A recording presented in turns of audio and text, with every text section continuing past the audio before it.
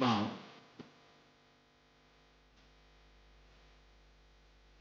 मैं इस संपूर्ण विश्व में व्याप्त हूं। मैं सर्वांतर्यामी हूं।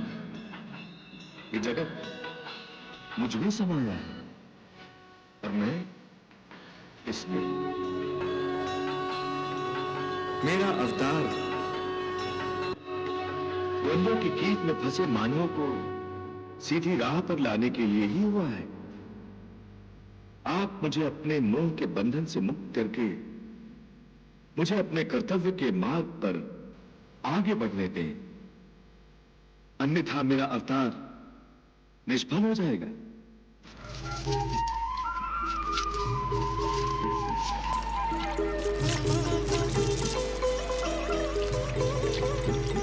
शीघ्र हमें उस पार ले चलो नाविक, वहां आचार्य हमारी प्रतीक्षा कर रहे हैं। रुकिए, हमें भी साथ ले लीजिए। प्रतीक्षा करो, ये नाव हमें उस पार छोड़कर वापस आ रही है। नाविक, शीघ्रता से ले चलो हमें।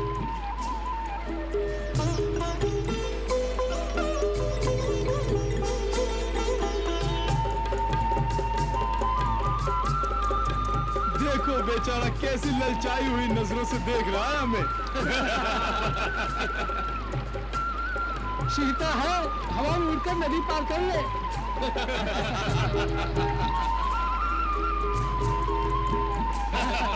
अथवा भागकर लांग जा नदी के जल के ऊपर से।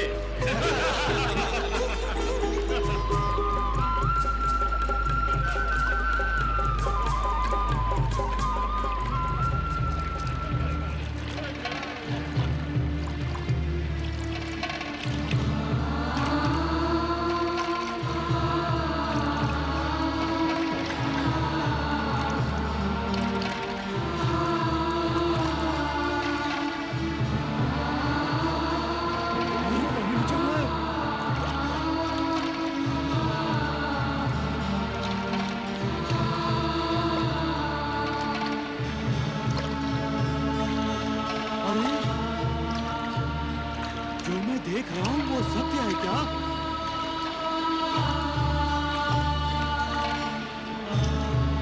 हाँ, वो तो पानी पर चल रहा है।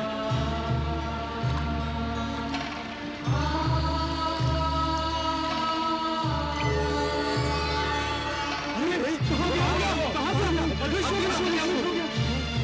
अरे ये तो चमत्कार हो गया। नारायण नारायण, बड़ा ही विचित्र प्राणी है ये मनुष्य भगवान। जीवन भर जिसकी खोज में लगा रहता है, जब वो परमेश्वर साक्षात सामने आ जाता है तो वो उसे परमेश्वर मानने को तत्पर नहीं। नारायण नारायण। कहाँ है राजा कृतवीर? अपने सैन कक्ष में। आप अंदर नहीं जा सकते।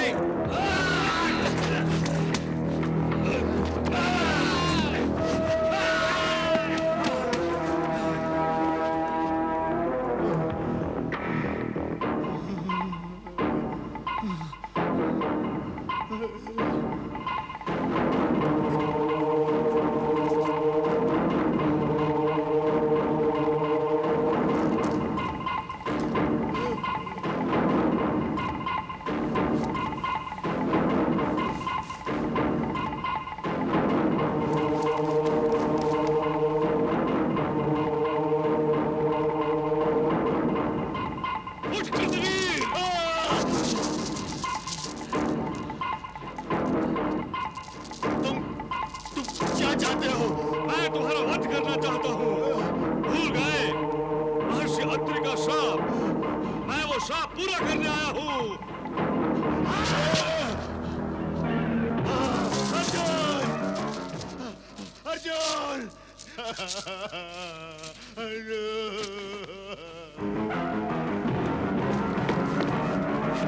अर्जुन! अर्जुन! पिताश्री, वो फिर आया था। कौन? ब्राह्मण। अर्जुन, मेरे कितने सैनिक मार दिए, मेरे द्वार रक्षकों का भी वध कर दिया, मेरा भी वध कर देता वो, यदि तुम ना आ जाते। पिताश्री आप? अर्जुन, अर्जुन, तुम मुझे अकेले छोड़कर मत जाना अर्जुन। नहीं, मैं तुम्हें कभी अपने से दूर नहीं होने दूंगा। कभी अपने से दूर नहीं होने दूंगा। पिताश्री, आप व्यर्थ ही भयभीत हो रहे हैं। यहाँ कोई नहीं आया है, यहाँ कोई नहीं आया पिताश्री। आपने अवश्य कुछ स्वप्न देखा होगा। हाँ पिताश्री, स्वप्न। ये देखिए आपके सैनिक जीवित हैं, और वो देखिए आपके द्वार रक्षक, वो अपना परम कर्तव्य निभा रहे हैं पिताश्री।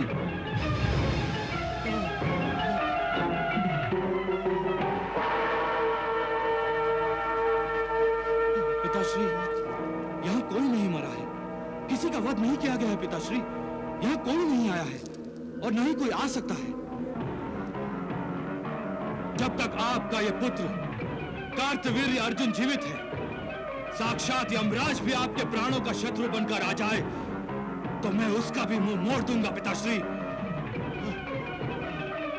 पिताश्री, मेरे होते हुए आपको भय करने की कोई आवश्यकता नहीं। इस जगत के किसी ब्राह्मण में इतनी शक्ति नहीं कि महाराज कृतवीर्य का कोई बाल भी बाका कर सके। पिताश्री, आप सो जाइए, मैं हूं आपके साथ। अर्जुन, मुझे छोड़ के मत जाना तुम। आइए आप अर्जुन, मुझे छोड़ के मत जाना तुम। मुझे छोड़ के मत जाना अर्जुन। मैं हूं आपके साथ। मुझे छोड़ के मत जाना अर्जुन।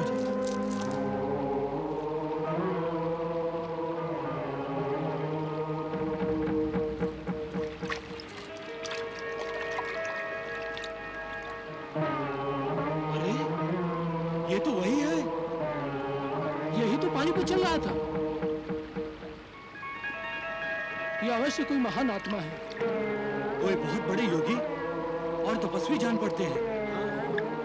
हमें इनकी शरण में जाना चाहिए। चलो।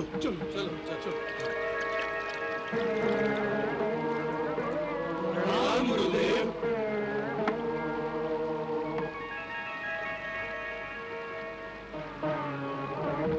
हमसे बहुत बड़ी भूल हो गई, हमें क्षमा कर दीजिए।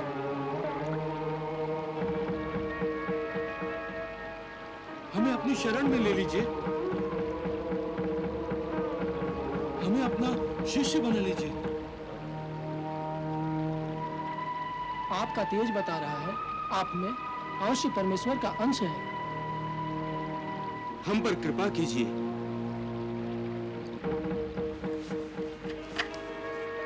अब हम आपके चरणों को छोड़कर कहीं नहीं जाएंगे।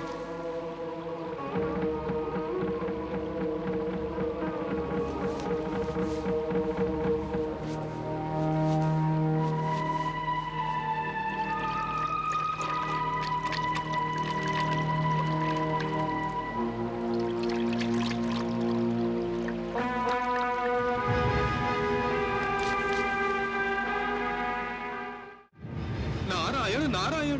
प्रभु, ये नदी में कूद जाने का तात्पर्य क्या हुआ? देवर्षि, दत्तात्रेय ऋषि कुमारों और मुनि कुमारों की अधूरी और कच्ची ज्ञान अवस्था जानते थे। उनमें ज्ञान प्राप्त करने की परम श्रद्धा और सत्य निष्ठा नहीं थी। वो बाह्य स्वरूप और सांसारिकता से ही व्यक्तियों को तोलते थे। अतः नदी में कूद जाने का अर्थ यह है कि दत्तात्रेय उनका गुरुत्व स्वीकार नहीं करना चाहते थे। वे उनसे दूर जाना चाहते थे और संसारियों के हाथ नहीं आना चाहते थे। प्रभु, तो क्या वो ऋषि कुमार और मुनि कुमार भगवान दत्तात्रेय को छोड़कर चले जाएंगे? देखते जाइए देवर्षि, अभी तो देवी लक्ष्मी भी कुछ लीला दिखाएंगी। अच्छा।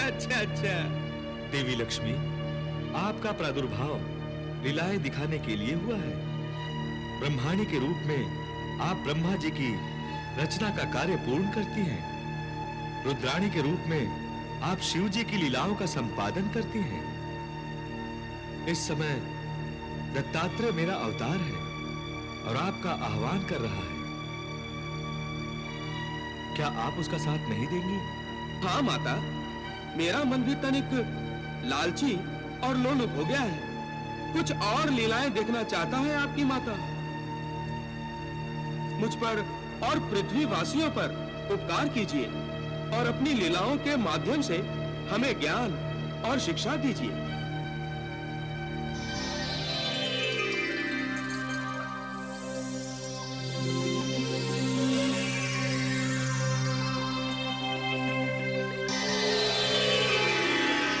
नारायण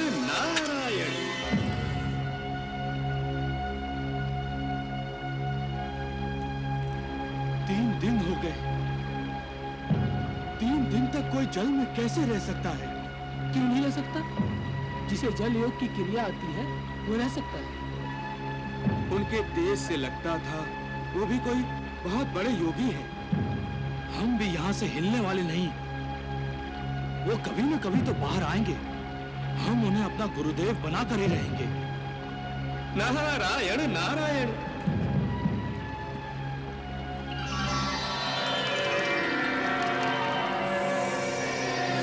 अरे, वो बाहर आ रहे हैं।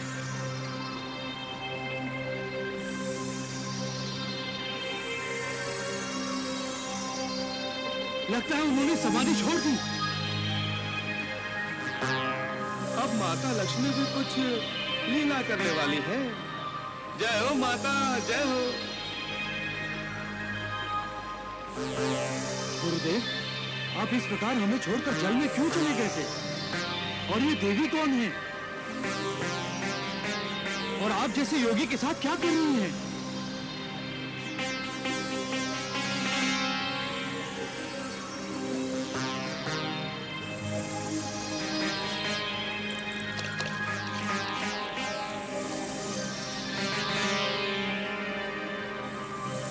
हमें तो अपनी आंखों पर विश्वास ही नहीं हो रहा है। एक योगी, वो भी एक स्त्री के साथ। ये स्त्री आई कहां से? अरे, ये सब तो माया है, माया गुरुदेव की। ये ऋषिपुत्र आपको वैरागी बना देंगे प्रिय। इनकी ओर मत देखिए। सोचिए, केवल हम दोनों हैं यहाँ पर।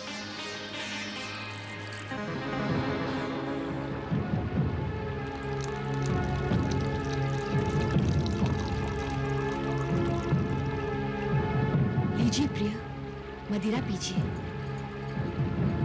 फिर हम विहार पर चलेंगे।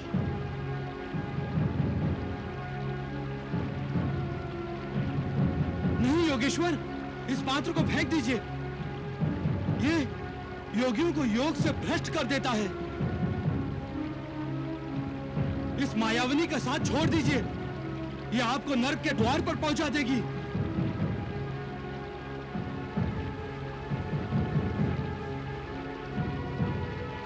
जी जी जी जी जी, सब भ्रष्ट कर दिया। चलो।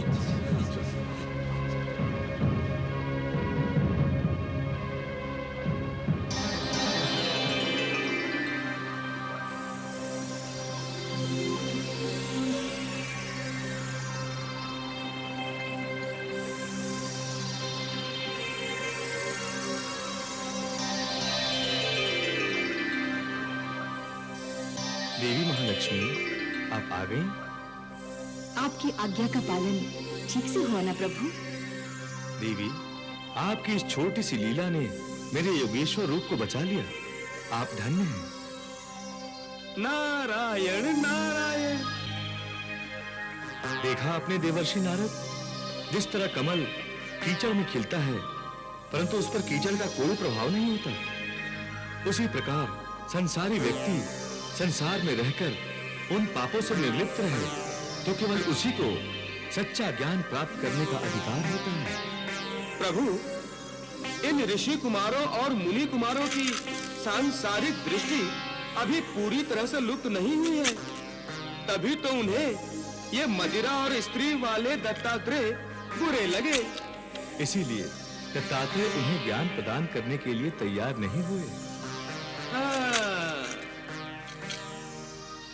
इस प्रकार अपनी लीला से भगवान श्री दत्तात्रेय ने ऋषि कुमारों को भ्रमित करने देवी लक्ष्मी की सहायता ली और श्री दत्तात्रेय एकांत में अपना तपोबल बढ़ाने के लिए तपस्या करने बैठ गए।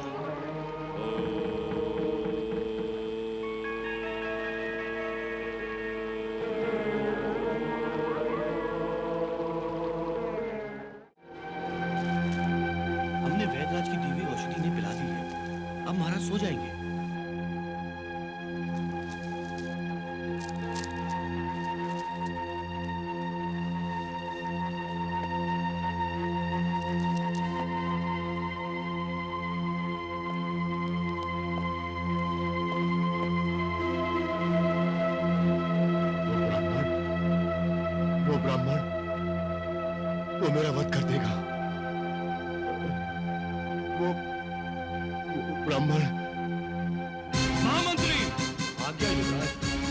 अभी जाकर नगरी में ये घोषणा करवा दीजिए कि कल सूर्योदय से पहले पहले नगरी के सभी ब्राह्मण नगरी छोड़कर चले जाएं, और यदि कल सूर्योदय के बाद हमारी नगरी में कोई भी ब्राह्मण दिखाई दिया तो उसे मृत्यु दंड दिया जाएगा। मृत्यु दंड।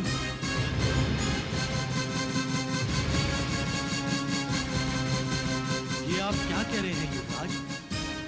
ये उचित नहीं युवराज। जानता हूं सेनापति, एक राजा के लिए ऐसी घोषणा करना अनुचित है, पर मैं युवराज होने के साथ साथ एक बेटा भी हूं सेनापति। महाराज कृतविर्य का बेटा। मुझसे पिताश्री की ऐसी दशा देखी नहीं जाती। उनके मन से मृत्यु भय दूर करने का शायद यही एक मार्ग है। ना नगरी में कोई ब्राह्मण रहेगा और ना ही, और यदि कोई रहा तो मृत्यु दंड गुरुदेव, मृत्यु दंड।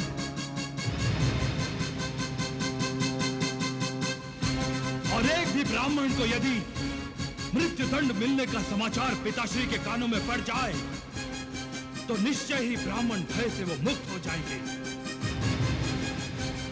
आप क्या कहते हैं गुरुदेव? यदि आपकी यही इच्छा है युवराज, तो सबसे पहले मृत्युदंड मुझे दीजिए, क्योंकि मैं भी एक ब्राह्मण हूं।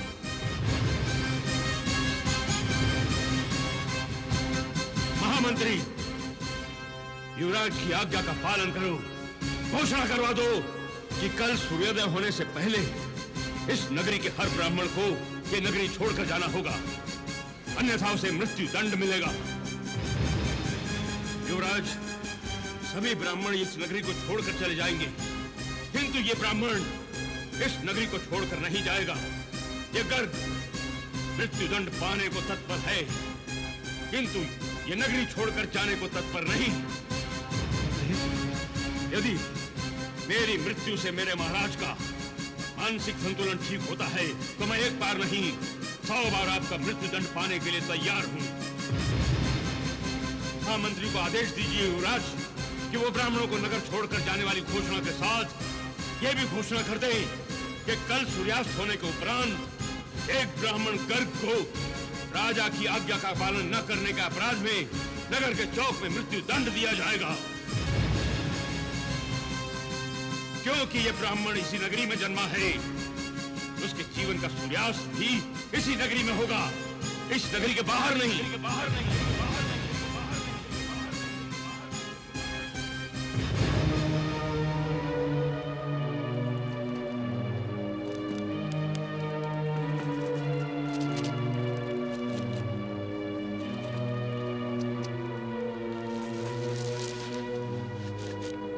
मुझे क्षमा करें गुरुदेव, मुझसे बहुत बड़ी भूल हो गई। ऐसी घोषणा कभी नहीं होगी गुरुदेव, कभी नहीं होगी। उठो युवराज, अपनी भूल के लिए क्षमा मांगने से कोई मानव छोटा नहीं होता, महान बनता है। जैसे किसी एक व्यक्ति के अपराध के लिए दूसरे को दंड देना अन्याय है, उसी प्रकार एक व्यक्ति के लिए सारे समाज को दंड देना भी अन्याय है। और राजा से न्याय अपेक्षित है, अन्याय नहीं। मैं ठीक कह रहा हूं ना? युवराज, अब आपको राजगद्दी पर बैठना है और राजगुरु होने के नाते मैं आपका और अपने इस राज्य का सदा कल्याण चाहता हूं। युवराज, जीवन तो सागर है जिसमें सुख दुख रूपी ज्वार भाटा तो आता ही रहता है, किंतु राजा को इन सब से विचलित नहीं होना चाहिए। तुम्हारा सदा कल्याण हो।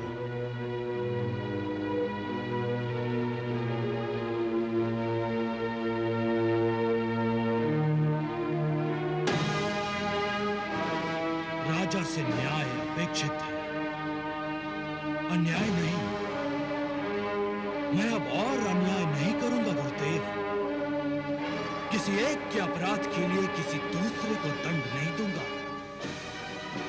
अब मैं उसी को दंड दूंगा जो दंड का अधिकारी है, जिन्होंने पिताश्री को शाप दिया, अब वो मेरे हाथों मृत्यु दंड पाएंगे। महर्षि अत्रि, आ रहा हूं मैं।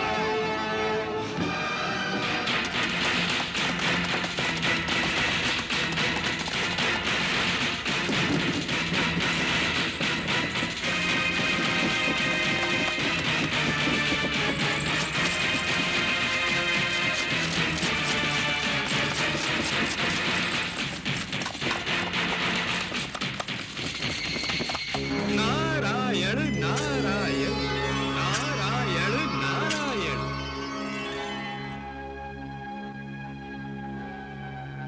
प्रणाम देवर्षि। आप? हाँ, मैं तनिक घबरा गया था। मुझसे? तुमसे नहीं, तुम्हारे रथ की तीव्र गति से। वैसे गति तो तीव्र ही होनी चाहिए, चाहे वो जल की हो, वायु की हो, अश्व की हो या अस्त्र की, या फिर दुर्गति की ही गति क्यों ना हो युवराज। नारायण नारायण। युवराज, दुर्गति की गति तीव्र होगी तभी तो वो शीघ्रता से भागेगी और उसके स्थान पर सद्गति आएगी। मैं तुम्हारी सद्गति के लिए भगवान से प्रार्थना करूंगा। हाँ। वैसे युवराज, जहां तुम जा रहे हो और जिस विचार से जा रहे हो, उसे पूरा करने के बाद क्या तुम महाराज कृतवीर को दिए गए शाप का मुंह फेर सकोगे? उसे निष्फल कर सकोगे? शाप का मुंह ना भी फेर सका, पर शाप देने वाले का मुंह अवश्य तोड़ दूंगा देवर्षि नारद। और इस बुरी तरह से तोड़ूंगा कि उसके मुंह से शाप तो क्या, सांस तक नहीं निकलेगी देवर्षि नारद, सांस तक नहीं निकलेगी। जाओ युवराज, जाओ जाओ भैये। मैं तुम्हारे शुभ कार्य के मार्ग में बाधा नहीं बनूंगा, किंतु प्रतीक्षा करूंगा तुम्हारे प्रतिशोध की ज्वाला के बुझने की। ये प्रतिशोध की ज्वाला महर्षि अत्रि के रक्त से ही बुझेगी देवर्षि नारद। अवश्य अवश्य।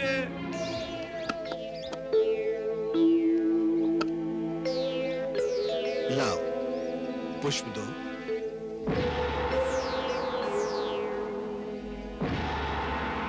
अनसुईया,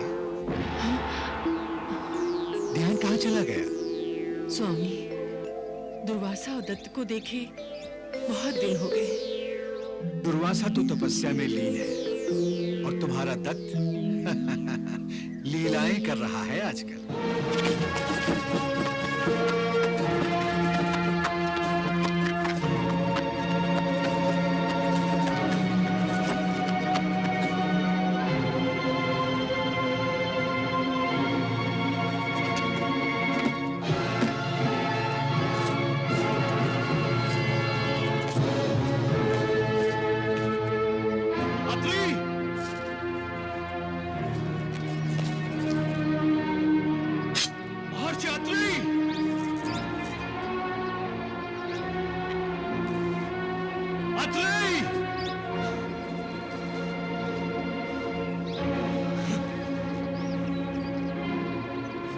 महर्षि अत्रि के आश्रम में अतिथि का स्वागत है।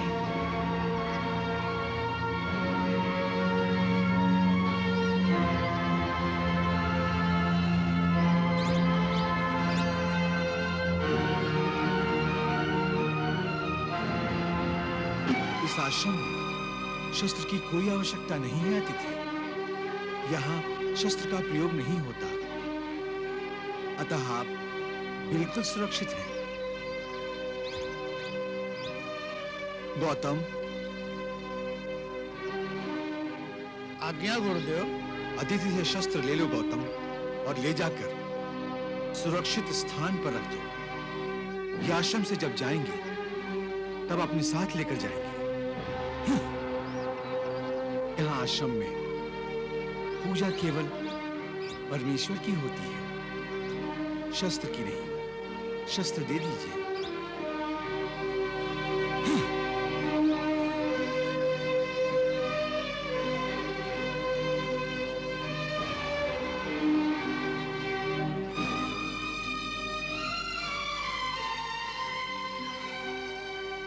आसन ग्रहण कीजिए अतिथि देव। आसन ग्रहण कीजिए।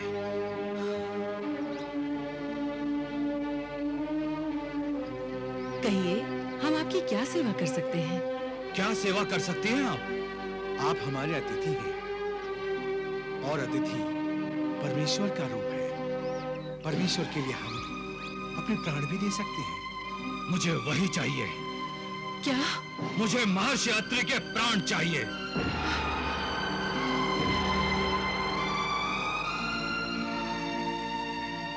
ले लीजिए अतिथि देवता। महर्षि अत्रि, मैं कार्तवीर्य अर्जुन, महाराज कृतवीर्य का पुत्र, आपके अपराध का दंड देने आया हूं। आपने मेरे पिताश्री को शाप दिया था ना? जानते हैं आप, आपके शाप के कारण पिताश्री का जीवन नरक बन गया है। याद है आपको? वो अपना मानसिक संतुलन खो बैठे हैं। ब्राह्मण भय और मृत्यु भय से वो इतना भयभीत हो चुके हैं कि न रात में सोते हैं न दिन में। उनकी इस दशा के अपराधी आप हैं। मैं आपको इस अपराध का दंड अवश्य दूंगा। महर्षि अत्रि! रुक जाइए अतिथि देवता। आप एक सती को विधवा नहीं बना सकते। मेरे पतिदेव को मृत्यु दंड देने से पहले आपको मेरी गर्दन काटनी पड़ेगी। लीजिए अतिथि देव, मैं तैयार हूँ। तलवार चलाइए अतिथि देव। रुक क्यों गए? अतिथि देव, अपराधी मैं हूं, दंड मुझे मिलना चाहिए। नहीं अतिथि देवता, मैं सुहागिन मरना चाहती हूँ। आप मुझ पर कृपा कीजिए।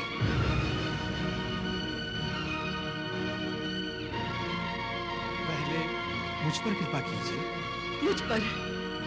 नहीं, पहले मेरी गर्दन काटिए। पहले मेरी, अन्यथा मैं आपसे पहले अपने प्राण त्याग दूंगी।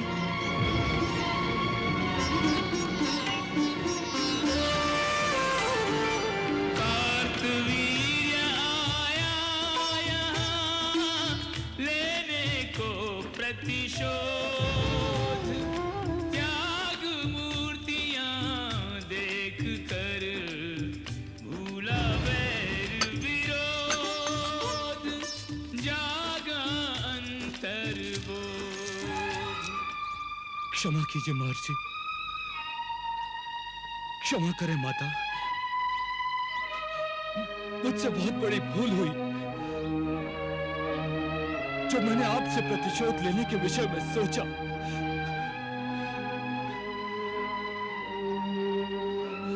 क्षमा कीजिए।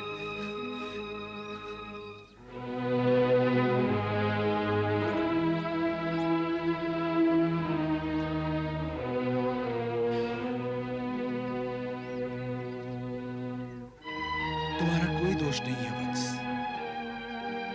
अपने पिता के प्रति प्यार और आदर ने ही तुम्हारे मन में प्रतिशोध को जन्म दिया। किंतु हमारे प्राणों पर, हमारे श्वासों पर हमारा अधिकार नहीं है। इन पर अधिकार है केवल सृष्टिकर्ता का, उस जगत पिता का, जिसे हम सब परमेश्वर कहते हैं। सृष्टि में जो कुछ भी होता है वत्स, प्रभु की इच्छा अनुसार ही होता है। तुम्हारे पिता की जो दशा हुई है, उसमें दोष उन्हीं का है। अपने आप को सर्वशक्तिमान समझकर उन्होंने प्रभु को चुनौती दे दी। विधि की विडंबना देखो। जो कृत्यवीर्य मृत्यु पर विजय पाना चाहता था, वही कृत्यवीर अब केवल मृत्यु के नाम से भयभीत हो रहा है। मृत्यु अपनी शत्रु नहीं, मित्र है। मित्र से कभी कोई भयभीत होता है? मृत्यु तो अत्यंत सुखदायी अनुभव है, जो मनुष्य को सारी चिंताओं से मुक्त कर देता है। तुम अपनी सारी चिंताओं को त्याग कर परमेश्वर की शरण में जाओ वत्स। एक अच्छे मनुष्य बनने का प्रयास करो, तभी तुम एक अच्छे राजा बन पाओगे और एक अच्छे पुत्र बन पाओगे। जो आज्ञा महर्षि, मैं एक अच्छा मनुष्य बनने का प्रयत्न अवश्य करूंगा। प्रणाम महर्षि।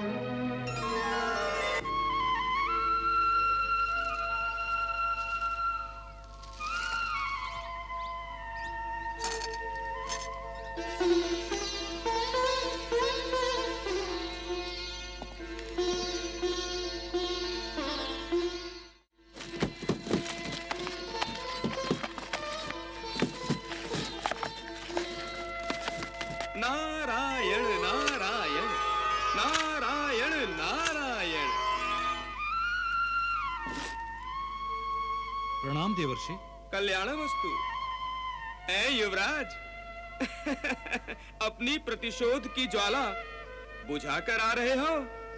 नहीं देवर्षि,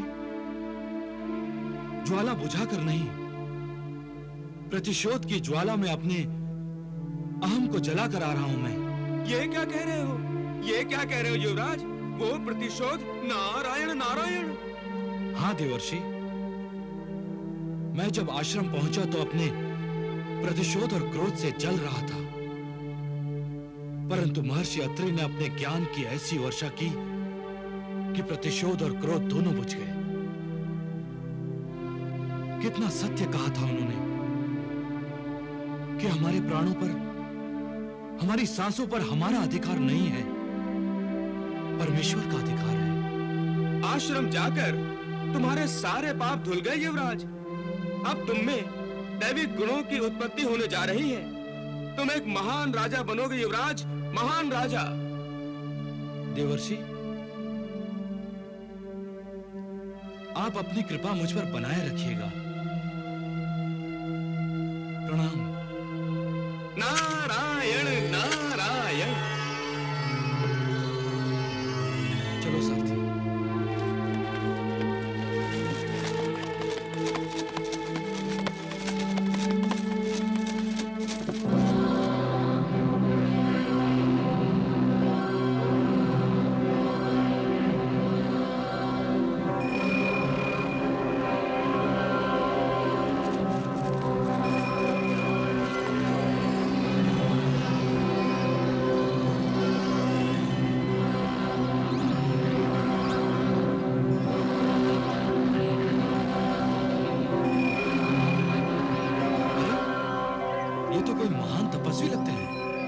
मुझे इनके दर्शन करने चाहिए।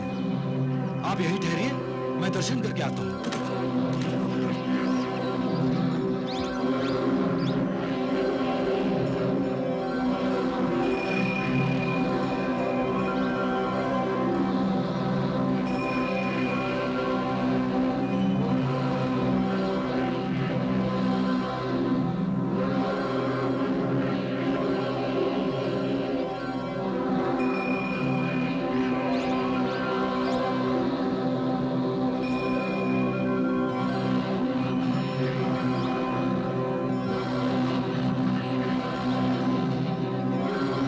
तेजस्वी ऋषि कुमार, कार्तवीर्य अर्जुन का प्रणाम।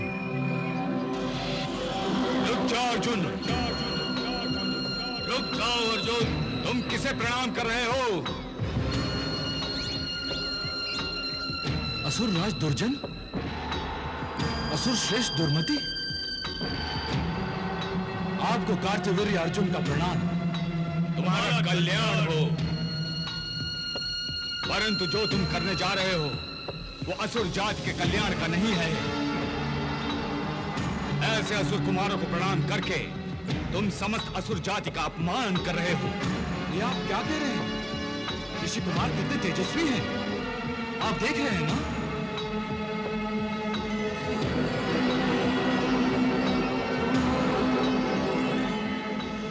ये तेज हमारा शत्रु है। हम असुर जाति के लिए घातक हैं।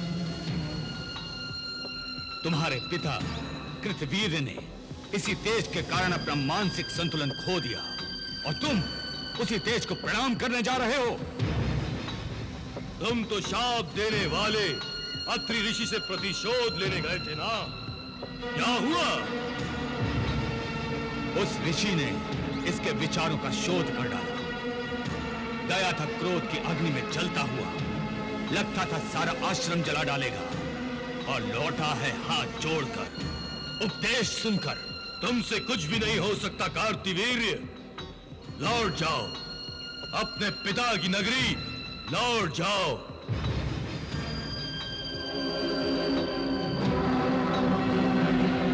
अब हम देखेंगे कि कोई ब्राह्मण असुरों को शाप देने की धृष्टता कैसे करता है।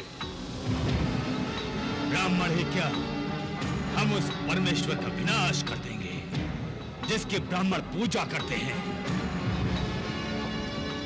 हाँ, हम जा रहे शिव और विष्णु लोक पर विजय पाने।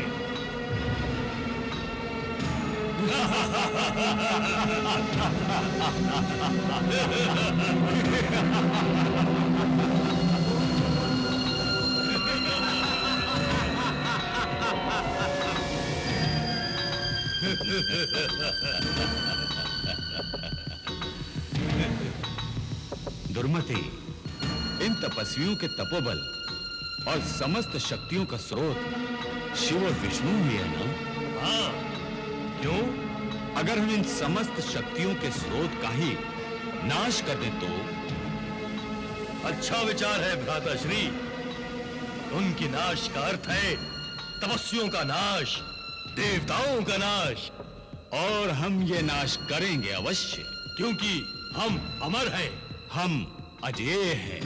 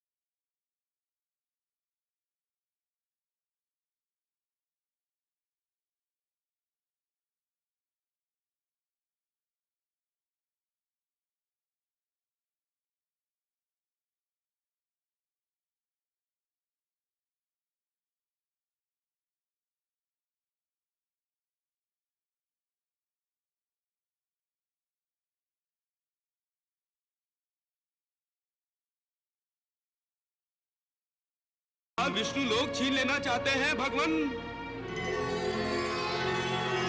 भोलेनाथ, वो आपके कैलाश पर भी आक्रमण करने वाले हैं। नारायण नारायण। तप यज्ञ समाप्त हो जाएंगे, पूजा आराधना अपना आराध्य एवं पूज्य बदल लेंगी।